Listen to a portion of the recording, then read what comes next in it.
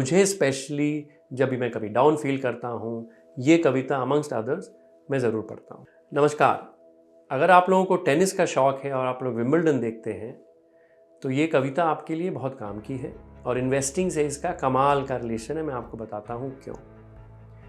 जब मैं विंबलडन देखने गया था कुछ साल पहले लंदन के पास, तो जैसे ही आप स्टेडियम एंटर करते हैं, एक लाइन वहाँ लिखी हुई है। वो लाइन है कि if you can meet triumph and disaster and treat those two impostors just the same. इसका मतलब है कि अगर आप हार और जीत को एक ढंग से अगर आप उससे डील कर पाते हैं, आप सामना कर पाते हैं और दोनों से आपको ज़्यादा फ़र्क नहीं पड़ता है, तो आप कमाल करेंगे। ये जो कविता की लाइन है, ये रुडयार्ड किपलिंग जी की इफ़ एक पोएम है, उस कविता की एक पंक्ति है। और ये मेरी लाइफ में बहुत सारी कविताएं जो मैंने पढ़ी हैं, इंग्लिश कविताओं में से एक मेरी फेवरेट है। और इसकी ये 5 पंक्तियां ही मैं आपको आज सुनाऊंगा और इसका आपकी इन्वेस्टिंग से स्पेशली बहुत गजब का लिंकेज है। पूरी कविता कमाल की, आपको डेफिनेटली पढ़नी चाहिए।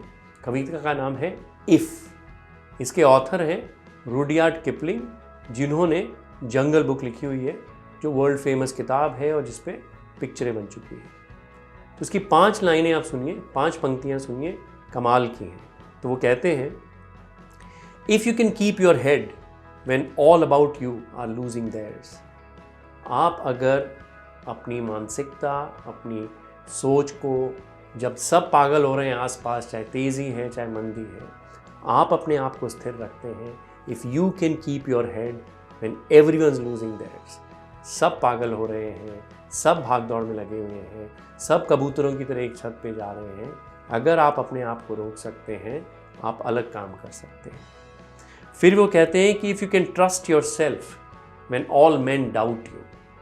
सबको आप पे डाउट है, सब शक कर रहे हैं या डाउट कर रहे हैं या सोच रहे हैं कि आप शायद वो चीज़ नहीं कर पाएंगे, लेकिन अगर आपको आत्मविश्वास है तो आप कमाल करेंगे। फिर वो फाइनली कहते हैं कि if you can wait and not be tired of waiting. Investing में सबसे मुश्किल कई बार होता है ना कि बहुत तेज़ी हो रही है, सब पैसे बना रहे हैं, एक शेयर है जहाँ आप सुन रहे हैं सब लोग वहाँ खरीद रहे हैं या बेच रहे हैं एंड सो ऑन। सो कई बार आपका धैर्य, आपका पेशेंस बाजार हमेशा टेस्ट करता है और उस वक्त इनएक्टिविटी कि मैं कुछ नहीं करूँ, मैं वेट करूँ मेरे मौके का, बहुत मुश्किल हो जाता है करना। बट अगर आप वो कर पाते हैं कि जब सब पागल हो रहे हैं, सब भेड़ चाल में लगे हुए हैं, if you can be patient, अगर आप में धैर्य है, आप डेफिनेटली औरों से बेहतर करेंगे। ये बहुत ज़्यादा ज़रूरी होता है इन्वेस्टिंग में।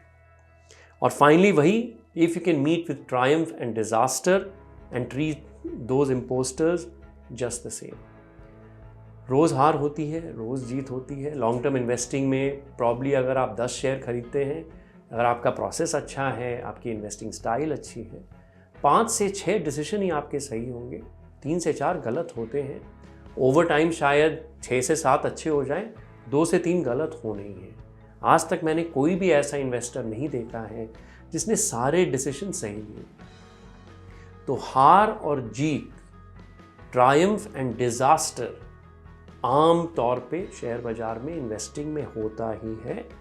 इन दोनों के साथ डील करना ही साइकोलॉजी है शेयर बाजार की, जो मैंने 3 P's ऑफ इन्वेस्टिंग वाले वीडियो में बात करी थी कि आप अपना पास्ट समझिए, उससे आपकी साइकोलॉजी बनेगी, हार जीत से आप डील कर पाएंगे, आप पेशेंटली वेट कर पाएंगे, and when everyone's losing their head, you will keep your head and you hopefully will become a great investor. Although ये सीरीज़ मैंने books that change my life में डाली है, लेकिन ideally I could have said poems that change my life. कविताएं या पंक्तियां जिन्होंने मेरी ज़िंदगी में काफ़ी डिफरेंस लाया है, ये पोएम तो डेफिनेटली उनमें है। और अगर आपके घर में बच्चे हैं, कॉलेज स्टूडेंट्स हैं, उनको तो ये कविता आपको ज़रूर सुनानी चाहिए। It's a very inspirational poem. और मुझे स्पेशली जब भी मैं कभी डाउन फील करता हूँ, ये कविता अमंगस्ट अदर्स मैं ज़रूर पढ़ता हूँ। If by Rudyard Kipling.